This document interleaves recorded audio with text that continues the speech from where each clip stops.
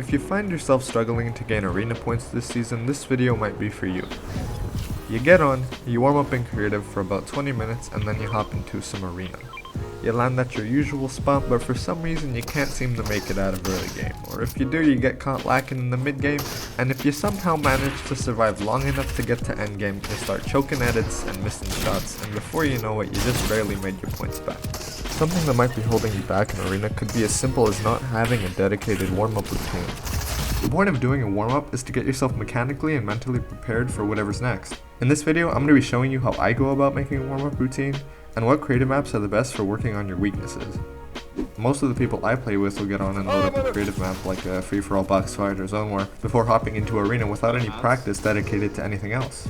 But I recommend you play those after actually getting your mechanics and aim warmed up, because those maps are there to help you practice your fighting skills and not really work on things like hitting every edit or training your aim. This could be because they don't know what their weaknesses are and what they should be practicing, or maybe they haven't found any practice maps that work for them.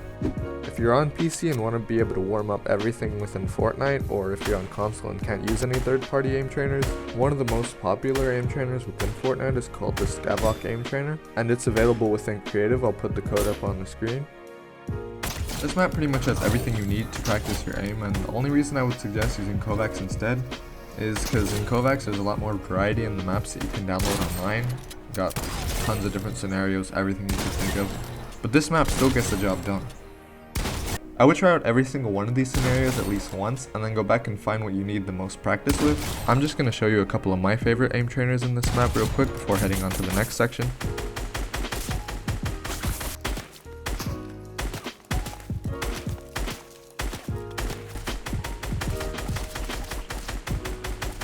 So these are the maps I've been using on Kovaaks. I just reinstalled it again after using the Skaavok map for a while, so I went and found this playlist of maps that was made for Fortnite.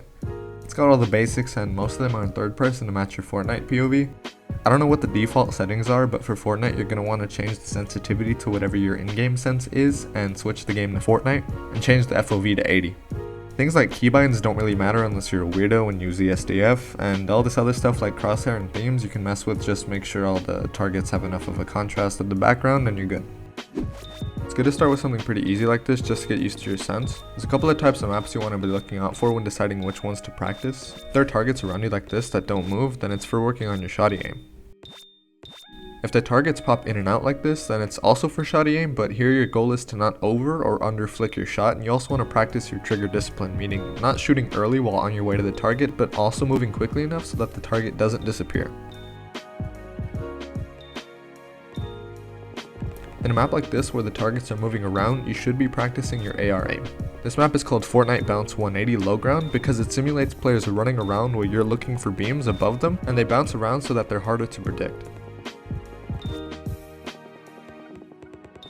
This next map is also for AR tracking, but it's more for working on your reaction time when the enemy suddenly switches direction. In this one you also want to try and keep your aim as steady as possible, so when the target is moving at a constant speed you're not constantly sliding your crosshair over it back and forth and can actually keep up. If some of these look too easy or hard for you, there's plenty of other maps for Kovaaks on the Steam community website. You just have to know what kind of practice you need first before looking. Remember, if you don't know what kind of situations your aim could use some work in, then practicing whatever the default maps are is only going to get you so far. You should really take a moment to think about what you struggle with the most so that you'll better understand what you need to be practicing in the future. One more thing that I thought I'd include in this section is PvP aim. I threw it in here since it adds some variety that you only get when going up against real players. The best maps for practicing aim with a partner are Panville's Headshot Only Practice Map and Raider's Aim Duel. The Headshot Only map is really good for practicing your aim with the pump, since you can only kill somebody with a perfect 200. Raider's Aim Duel is another good map for this, but I prefer to practice my spray weapon aim since you're right up against the opponent, and whoever has better up close tracking wins. You can use shotguns in this map, but if you're going to, I'd recommend using the Headshot Only one instead, because it's more focused on just that. In this map you should also practice crouching up and down and switching directions to make it harder for the enemy to track you. In this section, I'm going to show you two of the best maps I've been using to warm up my building and piece control for the past couple of seasons. Both of them have had a spot in my warm-up routine at some point, and I'm not going to break down both maps start to finish, but I will go over the parts that I think are the most useful. The first map I have for you is Raider's Boxfight Practice Map V2.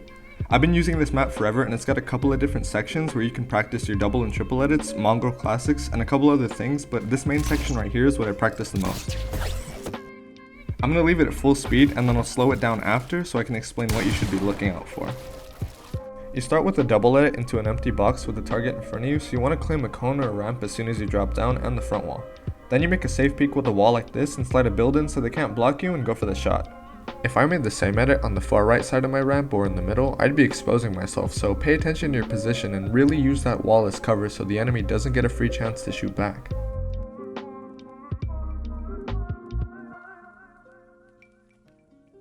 Instead of making a peanut butter edit and exposing yourself when the target is centered like this, it would be safer to make a mongrel edit through a window and then go for a crouch peek. You really want to break those bad habits of full sending when you don't have to and start practicing techniques that help you avoid taking damage. The next map I have for you is Raiders Piece Control Practice Map V3. This map is newer than the other two and there's room to practice a lot more advanced techniques, and you can really experiment with your piece control and playstyle in general. Since this is the newest of the three, you're going to see a lot more modern piece control techniques, and some of these might be more useful in-game than others. There's 15 piece control courses in this map, but I'm only going to be going over the ones that I think are the most useful in-game.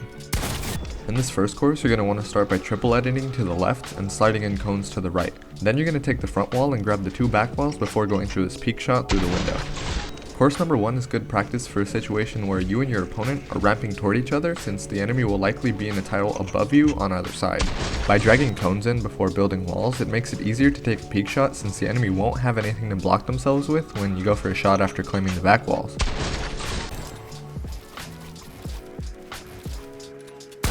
When doing this course on the right side, you don't even need to fully enter the tile next to you like you would on the left side. After sliding in that cone, you can even grab those back walls while hugging this corner and take a shot using the wall as cover.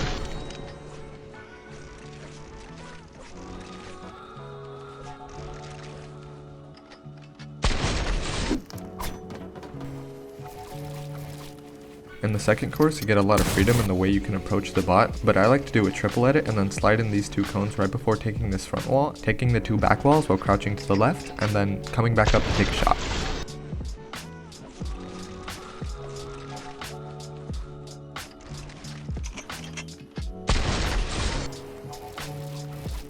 When approaching this course from the right, I'll still do a triple edit, but I'm not going to go for those cones at this awkward angle, so I'll grab the wall and immediately shove a stare in the enemy's face so he can't shoot back, and then I'll grab the rest of the builds before going for this crouch peek. If you want to add some variation into this course, you could start with a cone over this first ramp and then side jump straight at the bot while claiming this front wall, and then opening up a peek free to piece control and take the shot from there. In this piece control practice map, you get a lot of freedom in what you can do in most of these situations, so don't feel like you're limited to practicing the couple of examples I show in this video.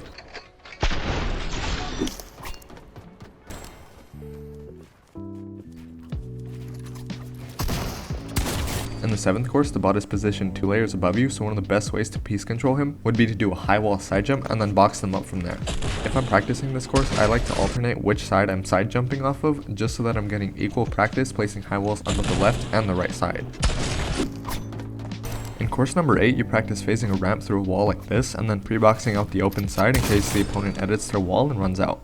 This ramp phase trick takes a lot of practice to effectively use against a real player, but it's worth it.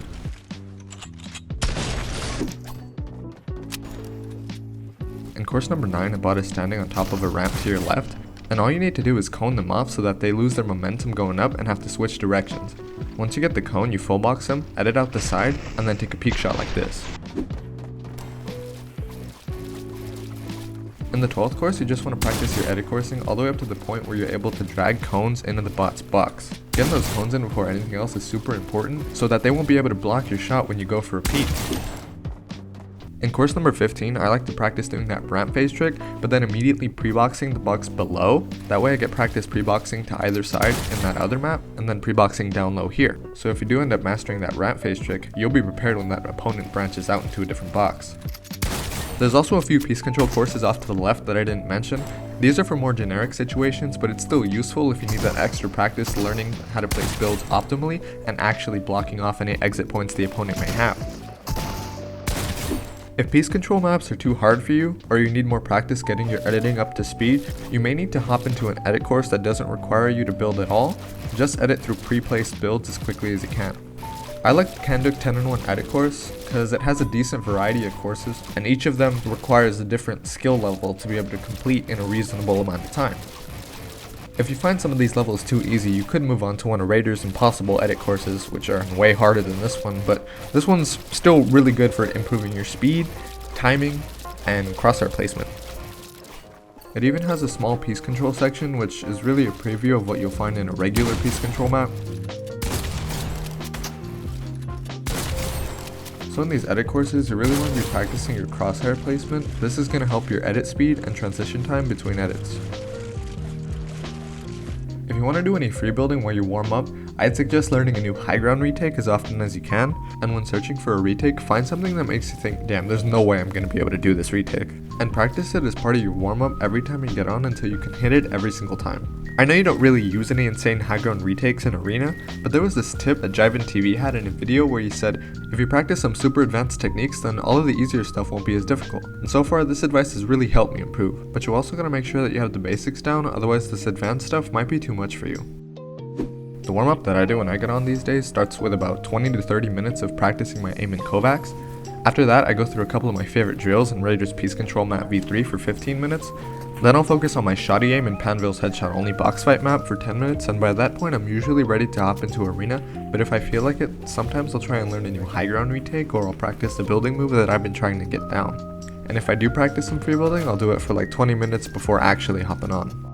It usually takes me about 45 minutes of warming up before I really feel good about getting on, but that's mostly because I have the time to do a full warm up when I get on. Some of you may not have the time to warm up for anywhere close to an hour, and I get it. And in that case, I'd recommend at the very least, no matter how long you're out for, to get at least 20 minutes of concentrated warming up on something that you really struggle with. If you really feel like your edits and your builds are going to be good to go and your aim is the one thing that really needs the most work, spend all 20 minutes just working on your aim before hopping on.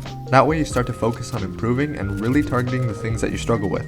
If you're gifted and just have really good aim, or you're on controller, spend most of that time in an edit course or in a piece control map making sure not to expose yourself to the enemy, or piece controlling from behind cover, or edit coursing as quickly as you can without messing up. This way, even if you don't have time, you make up for it by working on the things that need the most work. Everyone's warm-up is going to look different in terms of how long it is, but everyone's warm-up should include most of the subjects I talked about in this video. If there's a map you saw that you liked in this tutorial and you want a more in-depth guide on how you should be practicing in the sections I didn't cover, there's going to be links to all of the original map guides in the description. If this video helped you out, consider leaving a like. If you got any idea what I should upload next, let me know in the comments. Also, the subscribe button doesn't work for me, but it might work for you, so why don't you give it a try and let me know how it goes. Peace!